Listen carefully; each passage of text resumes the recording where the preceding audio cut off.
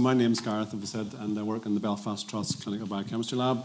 So I'm just going to go through a little bit of our journey about how we've brought in these dementia markers. And really what I'm going to tell you about how we've brought these in applies to really any test now we're looking to bring in as a new development, and just give you a bit of an overview. So we're just going to talk briefly about our lab and the workload, looking at then after that about the current status of where we're at with dementia marker testing in an eye, and then looking at how we've installed the assays and set them up for use, the ongoing quality assurance, which obviously is very important, and then just looking at finally just talking through some of the operational logistics we currently have, and then where we're at going moving forward. So that's sort of an outline. So just to, and for those of you who don't work in Belfast Trust, we're based in the Kelvin Lab building, which is behind the School of Dentistry.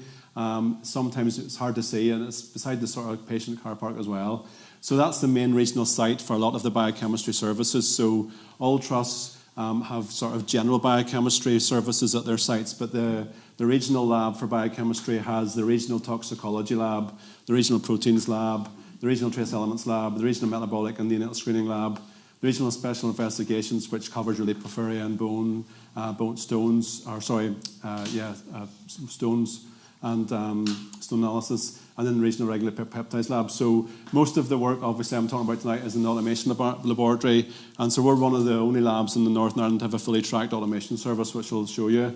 And as I said, there's a biochemistry service in at the three sites, Royal, City and the Mater, but much of the workload is based in the Royal. So this is really the stats for the Belfast Trust Clinical Biochemistry Lab as a whole. So this is our sort of annual benchmarking data. Now, this, I'll be honest, is from about 21, because a lot of the COVID keel data was sort of skewed. So, or actually, this is 2020. So, I mean, this is sort of going back a few years now. And again, it's just getting time to pull data and the pressures of a post-COVID era where there's so much change going on. But basically, you can see here, I don't know if there's not a laser pointer on this, is there? No? It's okay. Don't worry, that's fine. So our lab is here at the end here. So this is the primary care workload is red, secondary care workload is blue, and then this is the sort of quartiles of other labs in the UK. So we're doing about 9 million tests a year, and about a 60% split between primary secondary care. So quite a big secondary care workload maybe compared to some of the other labs versus their primary care. So it is very busy, and they always give you this complexity rating, which is basically a rating of how many tests and how differential your tests are. And the higher the complexity rating, it's basically it's a measure of your mix of tests. So basically, we do everything in the regional lab that we can do for biochemistry, and anything that's new for the region tends to come to one of the sites, and we have the main site at the minute.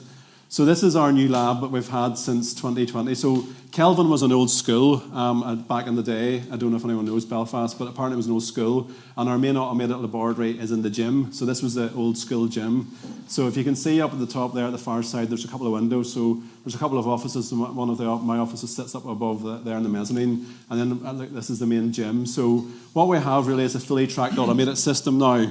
And this was part of the managed service contract from Roche, and it was started off in installation in 2020. So we've got automated pre-analytics. So basically, everything that more or less a fully automated service right through from sample entry to resulting. So we've got automated pre-analytics. So basically, that's automated sample sorting, automated centrifugation, then automated archiving if we need it. So we can have samples being archived and aliquoted for maybe different tests that go to a different lab. And then all the samples go through the main track. So there's double tracking, so it's bidirectional tracking to every analyzer from the pre-analytics, so samples go back and forth across through the lab as needed. And we've got sort of two main lines that basically are mirror images of each other.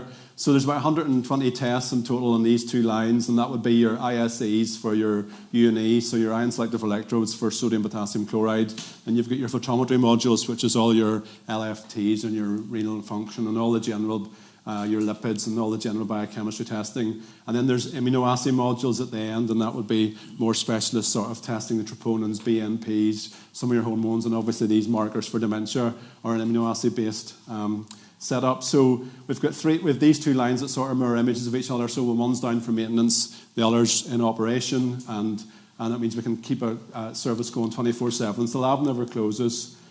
This is the actual line we do the dementia markers on. So this is the actual analyzer. The analyzers, whenever we got the new contract, there was a staff competition to name the new analyzer. So the names have all been named after Disney and Marvel baddies. So this is Thanos. So if you're sending your dementia markers to the lab, they're being measured on Thanos. So, and then I think the other two lines are called Jafar and Joker. So they were the winners of the naming competition. So yeah, we're the only lab then in Northern Ireland then to have this fully automated fridge, and this really has been really beneficial for our workload moving forward.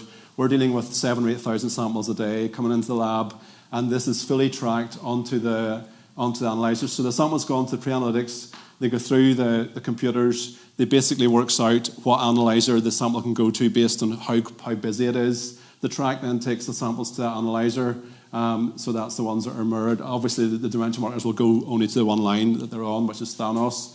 And then once the analysis is finished, the samples come up through the track, and they go into this automated archiving, this fridge. So this is fully automated. So basically, it holds about 27,000 samples, so about 3 days workload. The benefit of this is that for if an analyzer's down for a particular reason, maybe maintenance or something, and that particular test is only one analyzer, the system knows to go and park those samples in the fridge and hold them until the analyzer has been passed what's called checks, and then you get the go button, and then the samples will automatically come out and go on to the line. And this is our vitamin D workload, just as a caveat, is one of the most high growing workloads in Northern Ireland. It's going mad with numbers of samples, and the only way we can cope with the sheer demand of vitamin Ds is that we park all our vitamin Ds in the fridge until about 2 o'clock in the morning when it's really quiet and there's only ICU and ED being serviced with the labs. And then the fridge just basically turns out, well, it's set up to do it automatically. So at 2 o'clock in the morning, all the vitamin Ds come out and get analysed overnight because they take so long and they clog up the system if you don't do them out of hours. So that's sort of the way we can now do that with this automated setup, whereas before we wouldn't have been able to do that because we didn't have someone that would rely on staff members going and finding samples and manually taking them out of the fridge. So it's definitely really revolutionised the way we work. But yeah, with more automation, obviously comes a lot more IT support and a lot of other things as well. So it doesn't come without challenges, but it's really good. The staff all seem to really enjoy, hopefully, working on it at the minute. So just going on into where we were, as Emma had said, we were sending these samples away to UCL before we brought them into Northern Ireland. Now, this is the numbers I've been given from. These were sort of sent away via our cytology or our cell pathology lab. These samples didn't come into biochemistry, so I got the stats from them about the number of patients they sent away over the last few years. So obviously the numbers look low, but I mean that's really, I think maybe they only were sending away ones they really needed to because they were obviously very expensive and to pay for. And you can see these were going to UCL, and you can see the prices down there of what they were being charged. So at the minute then, sort of we're trying to build up, as we say, our service in Northern Ireland.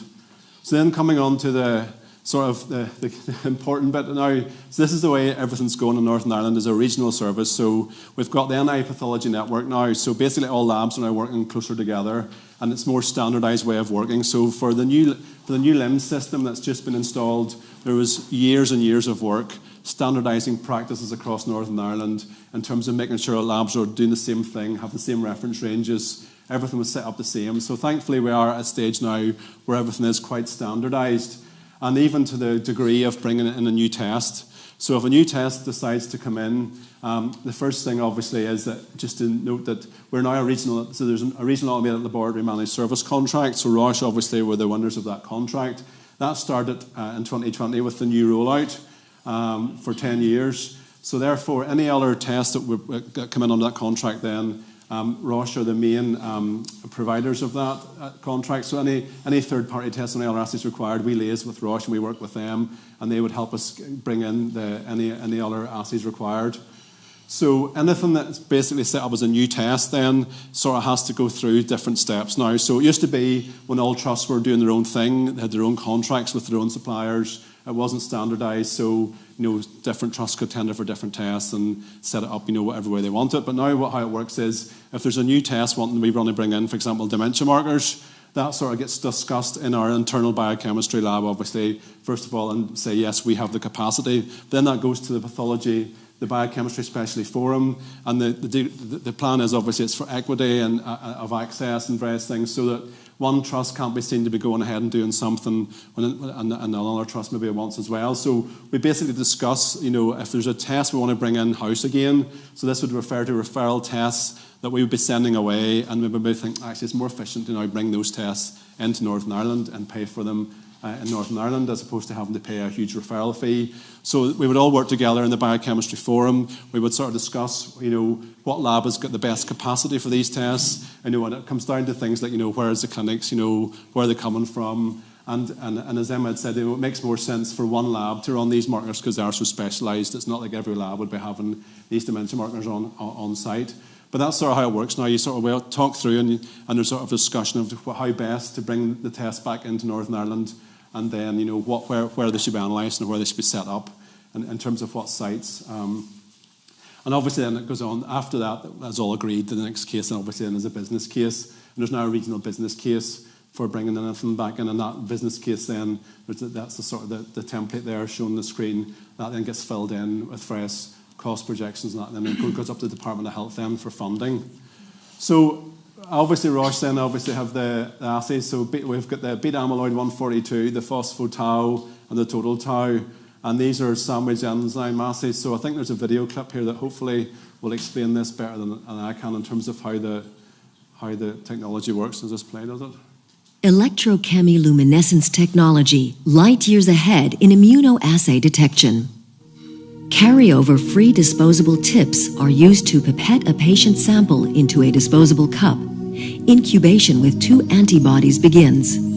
The first antibody is labeled with biotin. The second is labeled with ruthenium. Both are highly specific to binding sites on the target antigen. In this example, the 2 antibodies form a sandwich complex with the antigen. Depending on the target analyte, competitive and bridge immunoassay principles can also be applied. Next, microbeads coated with streptavidin are introduced into the solution.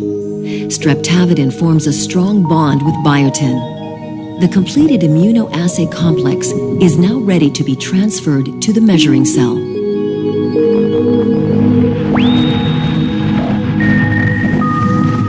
The solution is aspirated into the measuring cell. A magnet is applied, and the paramagnetic beads bind to the surface of the measuring cell.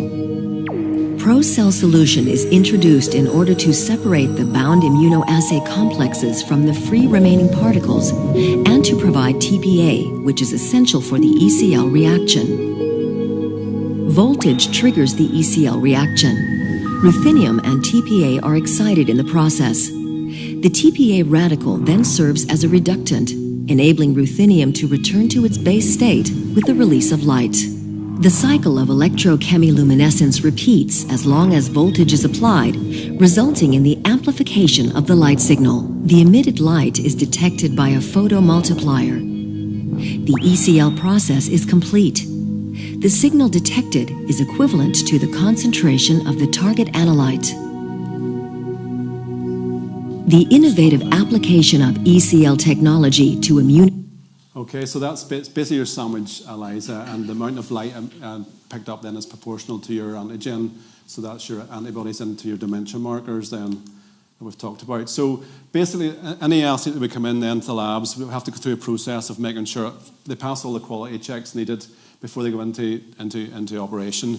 So there's some guidelines in this. The ACB, or now rebranded as the ALM, the Association of Laboratory Medicine, have guidelines in this. There's obviously UCAS standards, so all labs in Northern Ireland and across most of the UK are accredited by UCAS, which is United Kingdom Accreditation Service. So we have to meet that requirement.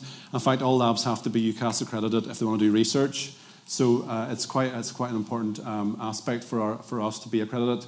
And to be accredited, then you have to basically fulfill criteria for all your assays. So at the minute, these markers aren't accredited because we have to build up more. They haven't actually been submitted for accreditation. But once we start using the assays more, we will submit all the data. But we have gathered all the data.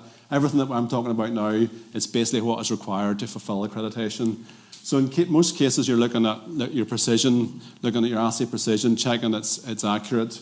and measuring what it should.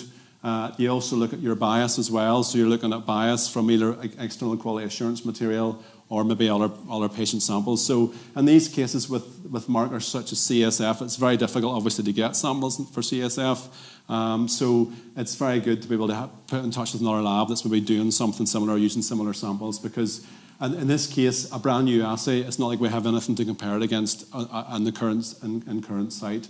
So this is the various things we'd look for, looking at external QA and then how the reports are set up.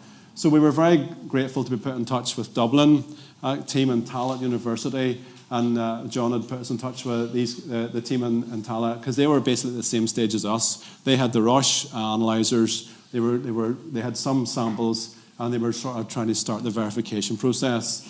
So the good thing was we were able to have a few Teams meetings. Now that's one thing that's probably been most beneficial over the last few years, is that everyone's able to jump on a Teams or a Zoom from anywhere in the UK, and we can have a chat about how we're going to run something.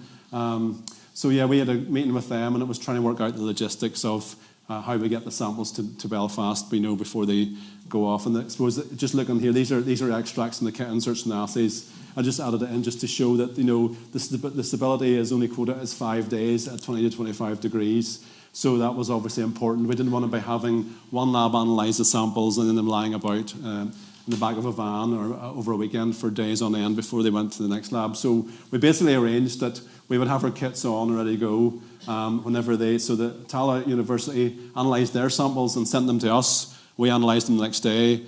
We analysed our samples and sent them to them, and they analysed the next day. So that was how we got the good link up just to compare the different results.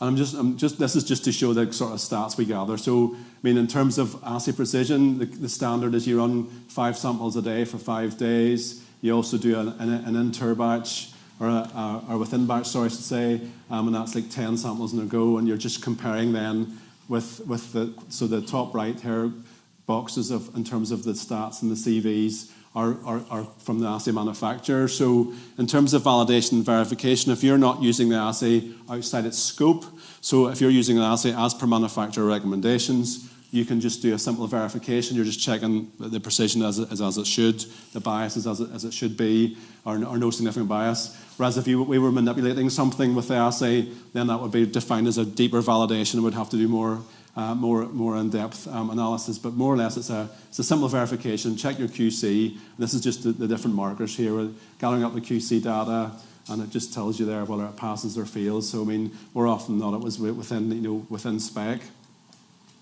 and more or less very close to the quoted CV from the manufacturer. The next stage then is looking at bias. So again, we look at EQA materials. So we'd about 40 samples from Dublin and 12 samples of our own that we'd built up, and we shared them and crossed over. You get the odd flyer. I think there is the odd one. Maybe we could have repeated. I didn't take it out because I think obviously it makes it look too perfect if you take out your. But there is obviously the odd sample that can be off. And I think. Emma had mentioned in one of her talks, you had one of the samples that was a bit different, and that we can certainly rerun anything that looks a bit odd in terms of patient, if it doesn't fit in with what we're getting. But more often than not, this is a very good validation or verification, because the R values are very close, and we're comparing very well with Dublin, and that's us showing that our assays on our analyzers are fit for purpose. And then we've got our quality assurance samples as well, and you can see that they're very close to the observed and expected. And that's the set target by the quality assurance provider. So all assays in the lab have a QA system where there's different samples sent out monthly from a provider in the UK, or in this case, Gothenburg, and we analyse the results and send them back blind. We don't know what the results should be or what the target should be, and then we get a report at the end of the month or to say, like, your target, you get this, your target is this. So I'll be able to show that in a few minutes. That's just the phospho-tau graphs, the total tau graphs, and the beta amyloid graphs. So again, all very good. And the good thing about this was, I think this is very, very important, the close clinical links we have with the clinicians is very important in this, because they're seeing our data. We're not trying to hide everything. That is what it is. And in most cases now, the way UCAS is moving in terms of accreditation, it's not so much black and white anymore, and we've got a big yes or no cut-off point. It's more like a risk-based approach, so everything's based on risk now. So, they're not saying if your bias was X, Y, or Z, it's no use. It's all basing it, are you willing to take the risk that this is still a viable service? And I think that's the way for some of these new tests coming in, where there's maybe not a lot of data on performance or that, it's very important to have the clinical links, because then we can share with our clinicians, and it's getting that feel for, oh yeah, those results more or less are tying in clinically, or in some cases they're not. We have to go back and look, at more closely and do a few reruns. But no, it really was quite a relatively straightforward process, because the stats all showed there was no major deal breakers in terms of performance. And then it was coming up with the comment, and Em and the team obviously come up with this really good comment for their reports, and making sure this is going into our IT system, coming out on our electronic care record as well, and making sure that clinicians can see it. The one thing I should say now, and this is a take-home message for anyone that uses ECR, see this here little, if you see a little 1 or a little superscript number, that usually means there's a comment hiding in there. It's one of the things that's a bit of a bee in the bonnets from my side, because quite often our comments aren't seen because they look perfectly well in our lab IT system. But when you get to ECR, sometimes all you see is this, and it means nothing to anyone. So always look out for anything with a superscript, because that could mean there's a comment associated with that report. So if you remember nothing else from tonight, remember that, because that's very important. Because quite often there's a lot of important messages that we send out on our reports in the lab, and unfortunately, just due to the way things get muddled down IT systems, they don't always come out. So then just going on then in terms of ongoing, so that's how we set up the assays, got them working. Obviously, any assay, the ongoing quality control is required, and we have this external quality assurance, and this was really good to have a QA package. So that was like these samples that come out from the University of Gothenburg. It's a free service, free of charge to participating labs. I think they're just obviously using it to gather data themselves on the assays. There's research labs, clinical labs like ourselves, and pharmaceutical companies enrolled in the program, and that's very useful. So this is just our normal QC that we would run with every batch, and if it's passed and it hits green, and the analyzer is good to go, and those dots there are just the various markers, a high and low for each one, 6 samples, and if they're all in target within the SDs, then we're good to go. And this is just an example of the reports we're getting from the QA. So a lot of our samples, we have a lot of QA results, quality assurance results from all our tests, but this is the way the reports come from the Gothenburg group. So they just tell you where your lab is in comparison to everyone else. So in this case, it says our measurement was 407 and the mean was 450. In this case, the measurement was it 855 or 558 maybe, sorry. And I think it's 558, and the measurement was 663. So it just gives you a scale, and obviously they've got these predefined sort of, based on all the data and what they think the assays should be working at in terms of variation. They've got these sort of predefined lines of sort of targets or percentage deviation. So if you're within their defined percentage deviation, you get a green, and if you're outside it, then you get a red. So we've only had a few returns so far in the sense that these are our 2 main batches of results we've ran so far. We're doing another batch now in the next couple of weeks. So that's our AB42, total tau, and our